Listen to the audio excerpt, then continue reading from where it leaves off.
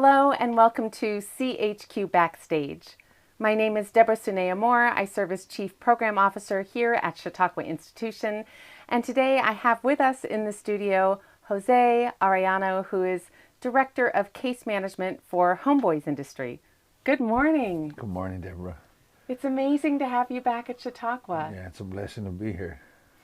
Well, we've been talking a little bit, and I thought today we could share a little bit more about your story, really focusing on what do we have to learn from each other as humans when we could come from such different backgrounds and experiences. And I love that you wore your shirt worthy today. Yeah. It means, well, I have to always remind myself, because, well, just going back to like why I'm here and how I got here, I believe our experiences, they shape us. They shape the way we see the world, and they shape the way we see ourselves in the world. And growing up, I had, I come from a background of generational gang culture, alcoholism, drug abuse, mental illness, and that was the way it was growing up. That's all I experienced. And growing up and having a mother, my mother was also a gang member. All my uncles were gang members, and when I was a kid, I didn't want to be a gang member. But our experiences, they shape us. They shape the way we see the world, and they shape the way we see ourselves in the world. And eventually, I succumbed to my experiences, my circumstances, and I became a gang member. And then so many negative experiences followed and just shaped this character, I guess you could say, that I created, this gang member, that I had this idea of what I was supposed to be in the world, who I was supposed to be. And I lived that out until I would say it no longer suited me, but I no longer felt like I wanted to do that anymore. Like I had no joy, I had the opposite of joy. I was miserable. And I had this just this little like feeling of hope in my heart that if there was something different, like I wanted to find it. And I found that at Homeboy Industries. You mentioned that you became this path that was laid out for you. And, I'm a teacher, and sometimes we say kids live up to or down to your expectations, right? We look at people and we have certain expectations or assumptions of them. How much do you think you just finally lived into the expectations your family or others may have had for you, even if those weren't your first expectations for yourself? Yeah, I think that was my dilemma, is that, so when I was a kid, I loved school. School was my escape. And you were quite gifted. Yeah, I actually was in this. It was in LA. We call it the GATE program, and it's Gifted and Talented Education program. And I excelled in school. I did well in school. But as you were saying, like the expectations of my environment, every man in my household was in and out of prison, was violent.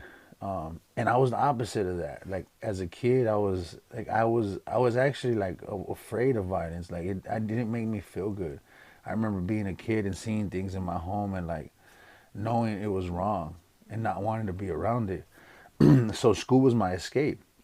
But school was only a certain amount of hours in a day, and only a certain amount of the year. Right, and I had to go back home. So I would say that I at one point, and it was the summer right before junior high school. Well, let me back up a little, because I had an older cousin, and talking about expectations, we were young, but he was wise beyond his years, and he invited me to my grandmother's backyard, and we went to her backyard, and he said, "Hey, promise me, no matter what happens, you and me will never get jumped into the barrio," which means we'll never get jumped into the gang. Into the gang. And I shook hands. And we put expectations on each other that no matter what happened, no matter how hard it got, we would not get jumped in. Would it be dangerous to refuse to be jumped in? It wouldn't be dangerous. Of course, it would be, it's going against the norm. Mm-hmm. They ask you all the time, like, "Hey, you want to get in?" And most people are just, are getting in because it's just a part of our environment. And especially as a young man, where I come from, it's like most young men that grow up without a father, without a mother, from a broken home, eventually join gangs. But the expectation that we put on each other was to be the Yes. opposite. And the summer right before junior high school, he got jumped in, and he didn't consult with me. We didn't talk about it. Just from one moment to the next, he was in, and it was like shocking. Like we made a promise to each other we weren't going to do this. But later on in life, I understood why. Because he was experiencing the same things I was experiencing, and it was tough as a kid to like navigate your emotions and even understand like what you were feeling. And so right before junior high school, he gets jumped in. I had another friend that lived down the street. Just like school, his house was my escape too, and I would be at his house because I hated being at home. And and his mother, and rightfully so. I look back on it now and think like, well, she was just a mom trying to raise her kid. She would ask me to leave, like, because I would stay pretty late. I didn't have a curfew growing up. And so she would, like, 10:30, 11 o'clock, she would say, hey, Jose, you got to go home. We got to get ready for bed. And I hated going home. And one night I go to their house and I knock at the door and somebody comes to the peephole, but they didn't answer. And so I go to the side window and I knock and I said, hey, it's me, Jose. And they turned off the living room light and they turned off the TV and they pretended as if no one was home. And that hurt. And being 12 years old, trying to navigate. Because you were more at home there. Because I was more at home there. And going back to expectations, when I got home, there was always gang members at my house. Always, my house was the hangout spot. When I got home, there was another one of my cousins that was from the hood and another homeboy that was there. And he asked me that night, he said, hey, you want to get jumped into the water? And before I could even think about it, before I could, consider, the alternative, the words had already left my mouth. And I said, yeah, I'll get in. I'll get in tonight. So from the expectation of my cousin and I making that pact to not get into the neighborhood to like really just the expectations of my environment, of what my future looked like in terms of my circumstances, I succumbed to that. And that night I got jumped in and it changed the course of my life forever. And about, I want to say like 8 months later, my cousin, who we made the pact in my grandmother's backyard, he was shot and killed. He was 14 years old when he died. And that became my life. I expected death. Matter of fact, I welcomed it. As a matter of fact, I chased it. I pursued it, because life was so hard. I thought to myself, like, death would be better, than living like this. And so many young men and women as well, there's more men than there is women, of course, joining gangs, but so many of them have that, like, that pursuit of death. And it's interesting, as I look back and go, it was rough navigating all that as a 12-year-old boy. You know what I mean? So I listened to your story that you're sharing more of, and I'm thinking of friends and people that I'm sure we all know or might be us that struggle with alcoholism, that struggle with different types of trauma. A dear friend of mine that said to me once, sometimes I just want the silence. Sometimes I just want everything to end. And I think you go through this, and yet years and years later, here you are with a family. I'm guessing your kids have a curfew. Yeah, they do. What They is definitely it? have a curfew. What is it? You mentioned near the beginning that there was a little spark in you. Do you think everyone has that spark? And what are the ways that you keep that enough to take you through those times of hopelessness? Yeah, like that's what's so fascinating about human beings. I do believe that every one of us can, if we choose to, tap into this resilience that's within us. There's something in us that, that can help us survive. And not just survive like a lifestyle, but survive a moment, survive a feeling, survive an emotion. It's there, but sometimes it's hard to see it, to feel it, to try to tap into it. But I do believe that every human being has the ability, has it within, like we have it within us.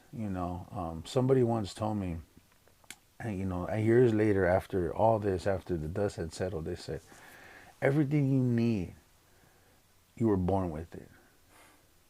And I thought about that, like, damn, there's things inside of all of us. It's just sometimes it's hard because of what we're experiencing, the things that are happening before our eyes. It's hard to see that we do have the strength to carry on. But looking back now in retrospect, it's like, okay, well, my human resilience was there with me in that jail cell.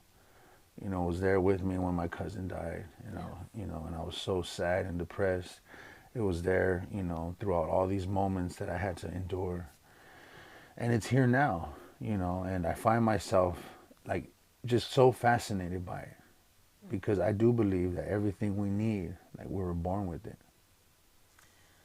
Sometimes I think through a period of real deep despair, sometimes a person can help lift you out of that, and I think tap into that resilience. Mm-hmm. And sometimes someone finds it themselves. Can you think of a time to share with us, an example of each where sometime someone was that person for you and a time where you had to find it yourself and somehow you did? Yeah, I'll share a time when I experienced like others because I do believe also like what you're saying, like us creating an experience for somebody can help us tap into that. It's like shining the flashlight on it, it's like I say, I have the flashlight and you're going through some things, like I can't stop what you're going through or how you feel internally, but I could shine the flashlight on a pathway or a connection to that sense of resilience. So for me, it was, I've had so many moments in my life as I look back. Human beings are amazing, and we are helpful, and we do really feel the need to be there for each other, but sometimes we prevent ourselves. I had a moment when I was locked up, and there was this man by the name of Mohammed. He was my Sally, and it was a strange, like, I had never had a Sally, that was that different from me. He was an older gentleman. He was from Pakistan, and, he was a Muslim. And we shared a 2-man cell. And at this time in my life, I was fighting a life sentence, so I was super depressed, and I wouldn't get up. The trays would come, the food would come to our cell, and I would send my tray back because I didn't want to eat. And one day he taps my bunk, and in jail, like someone touching your bunk is like it's off limits. You know what I mean? There's certain things that we abide by. So I get off my bunk. I'm like, "What's up, homie? Like, why are you touching my bunk?" And he says to me, he says, "I can't sit back and watch you do this to yourself," in this thick accent, And I said, "Do what?" And he said, "Wither away like this." He tells me, he says, "Jose, you know what your problem is?" He said, "Your body is in here, and your mind is somewhere else." He said, "Keep your mind and your body in the same place, and you'll have perfect peace." And in that moment, like I was open to that message, and he was right. I was in there already. Like there was nothing I could do about it. I didn't have the key to the cell door. I didn't know what was going to happen in court. All I knew that I was there, and I had no control over other things. And it really brought me to this place of like having internal peace and understanding that me keeping my mind and my body in the same place was the right thing to do at that time. And I felt it, and I feel like that was a gift, And throughout my life, I've had moments like that where others have like blessed me with an idea, with a thought that have connected me to that sense of inner resilience. And are there times, I know in life we go through being lifted up by people or lifting up people. Hopefully we go between those two roles. What about those times when someone feels so hopeless and they don't have that person coming into their life? What do you think it is that gets some people to make it to the next day, to make it to the next step? How can we tap into our own resilience if someone's not there for us? Yeah, I think like all of us are born with the same wants. I think that deep down inside, all of us want to experience love and also give love. Like I think it's just this human part of who we are, our DNA. And I guess some of the things that we do is like we're distracted by so many ideas, conversations, moments in our lives that are overwhelming. And for me, it's like being with yourself and being still and allowing those things to surface. Like for me, and what's a trip is, and it might sound crazy, is I found myself in solitude, confinement. Being in the hole was when a lot of these emotions started to surface. You know, being alone. You know that saying, everywhere you go, there you are? We try our best as human beings to distract ourselves. Like, I got to All the go to the time. gym. I got to go to this meeting. Got to be on my Yeah, I got to phone. be on my phone. I got to check my emails. But there's so many things that are happening within us that because of the distractions we don't acknowledge. Like right now, you and I have been sitting here this whole time for however long, and we've been continuously and consistently receiving this breath of air. It comes to us. It's life. You know, something, someone is creating that for us. And that's love. Like if that ain't love, I don't know what is. But because of all these distractions, sometimes we don't acknowledge the true love, the things that are happening every day, every moment, every second. The breath, the way the earth is providing for us, you know, the water that we drank this morning. Without it, you know, is there life? There's not. And so for me, it's like honestly being still and acknowledging the things, the way that I'm loved already. I was sitting with somebody yesterday, and we were talking about fears, and we start with like a fear of a person not wanting me or whatever. Okay, what does that mean? And I'm asking them, and then it's like, wow, okay, I'm undesirable, or I'm unwanted. Okay, what does that mean? Um, you know what? I'm not loved. Okay, what does that mean? Well, I'm not. And then it goes deeper, and it's like, well, I'm not worthy of love. And then it's like, is that true? Like, is that true? If we really question these fears, these ideas that surface in our mind, is it true? I don't think it's true, because if I'm not accepted, I'm not embraced by something, right? Or by people, I am consistently receiving this breath of air.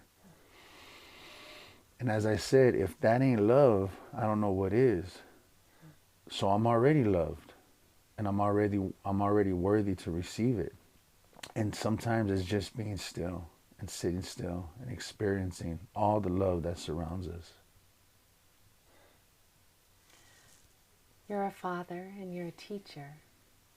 And what do you feel are the most important things you hope to pass on to your students at Chautauqua or to your children? I would say, like, one of the things I committed to years ago was to create experiences that help people see the truth about who they are. And so that's my commitment to myself and to those that I encounter, my children. Like, I want to create experiences that tell people the truth, and not even because it is the truth for all of us. Your truth is my truth, and my truth is your truth. And that truth is that we were all created out of love, and that we are all worthy of it. And so I'm committed to creating experiences that shine the light on that truth for people. Is that we have it all inside, and that we're more than enough, that we lack nothing, and that we're all worthy of love. And there's something, I believe, like something very special in that, because when I know my truth, when I inhabit it, when I announce it to the world, I unconsciously invite others into their own truth. And that's my hope for my children. That's my hope for anybody that I work with. That's my hope for the art students. And that's my hope for the homies at Homeboys. To find yourself, to know your truth and keep breathing that in and know that you are worthy. Mm-hmm. Yeah. I shared this thing I wrote yesterday. I had this thought when I did a workshop. And before the workshop, I was thinking, like, what's the most important thing to share with people, like above everything? And I wrote this down in my notebook. It's know who you are, be who you are, and announce it to the world. And I feel like when we do that, like I said, we invite others to be who they are, you know, and we're all so uniquely different, and that's okay. There's strength in our differences. And you know, society is like, sometimes I believe the opposite. Like, we got to be all these things, you know. Even myself, like, I got, you know, I could be, well, I got to be this director, and I oversee all this programming, and that's attached to my identity. Or I could show up authentically me, take the mask off. I'm Jose. I've been through some shit. I've overcome some things. I'm working on some things. But feel free to do the same. You know, we unconsciously allow people, you know, the opportunity to show up and be themselves. And that is freedom. Like, and I think us as humans, like, we want that. We desire that, to take the mask off, to go, I just want to be who I am. You know, could be someone going through something and they don't share it because they feel like it's going to impact who they're supposed to be. And that's why I think it's so important we're creating spaces like this, where we can show up and be authentically ourselves. Yes. Well, Jose, I feel lifted up by you, and thank you for being in the Chautauqua Art Program. Thank you for your work in Homeboys, and we just wish you every good thing as you keep moving on this path to encouraging people to know they're worthy. Thank you so much, Deborah. Thank you, Jose. Thank you for joining us on CHQ Backstage with Jose Arellano.